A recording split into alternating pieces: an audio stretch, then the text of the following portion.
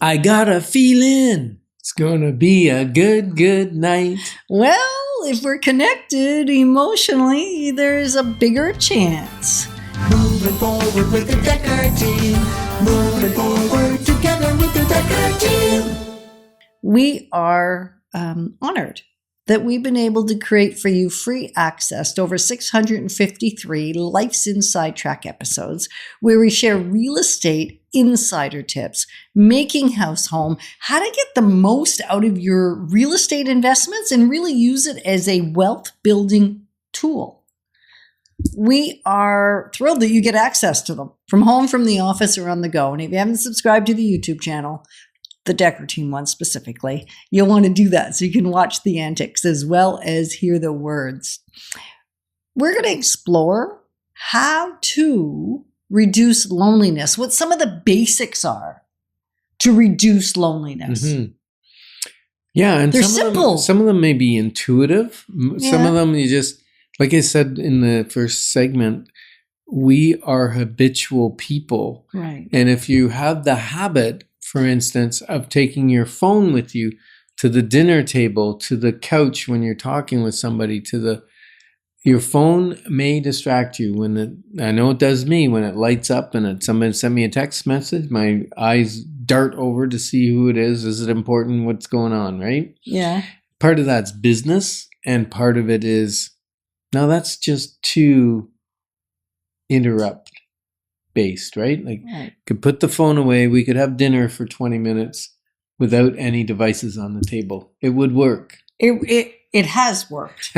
All right. We have spaces where you can put them. And when they're there, it's just so hard not to take a glance. And it takes time to reconnect because it breaks connection. Mm-hmm. So that's like for real. Yep. The connection is broken. If we're in the middle of a conversation, right? Oh, and my goodness. You look at the phone and then you say to me, well, you usually wouldn't remember to say, what did you say, what we were talking about. But if I said, did you not want to hear what I had to say? You go, yeah, I do. What is it? And I go, never mind, it's gone. Yeah. And I used to jokingly say, well, it must have been a lie, but that's not actually true. That's not true. And it doesn't mean it wasn't important. That means our attention spans have gotten shorter and shorter and shorter because we're used to being entertained. Yeah.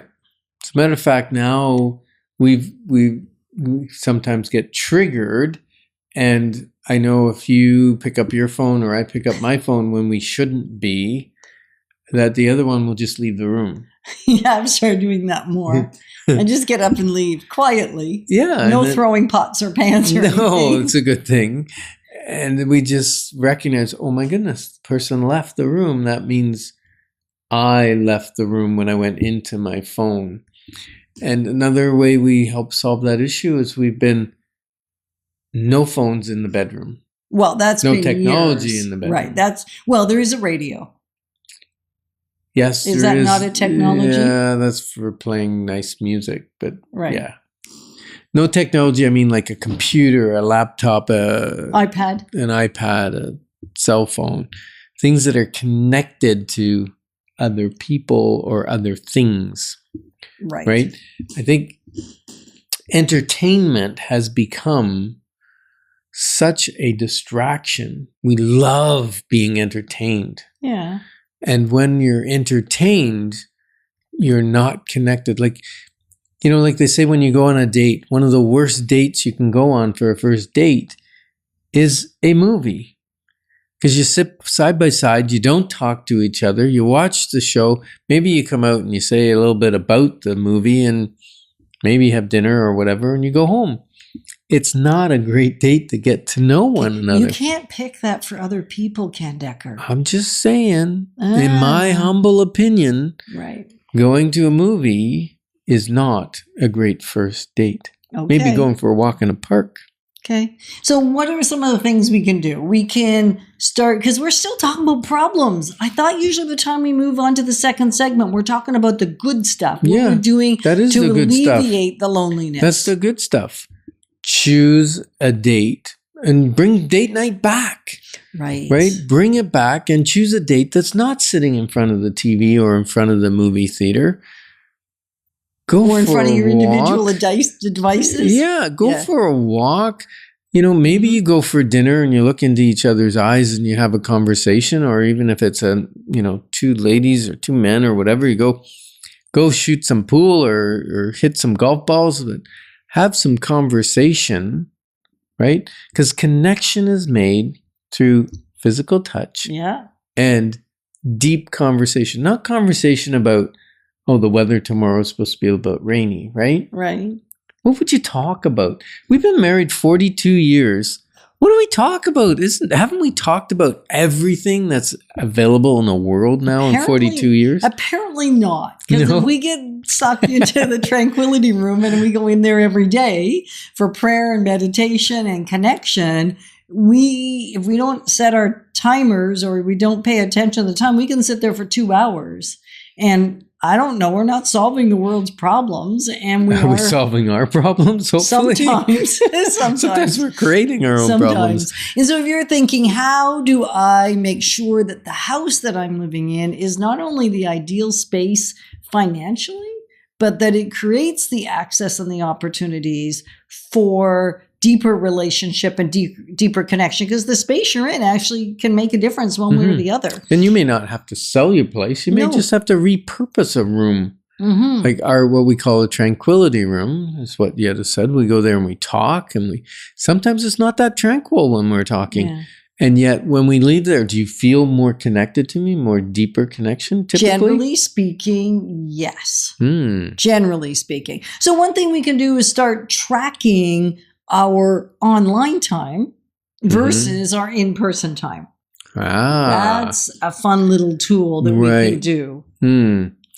Yeah, Will was actually saying, Will's our producer, Will was saying that his grandfather had a thing called a calling card, and it would have been rude to just stop by. So you actually put a card in their mailbox or a card on the door that said, hey, I'm planning on coming back around 3:00. So they got advance notice, right?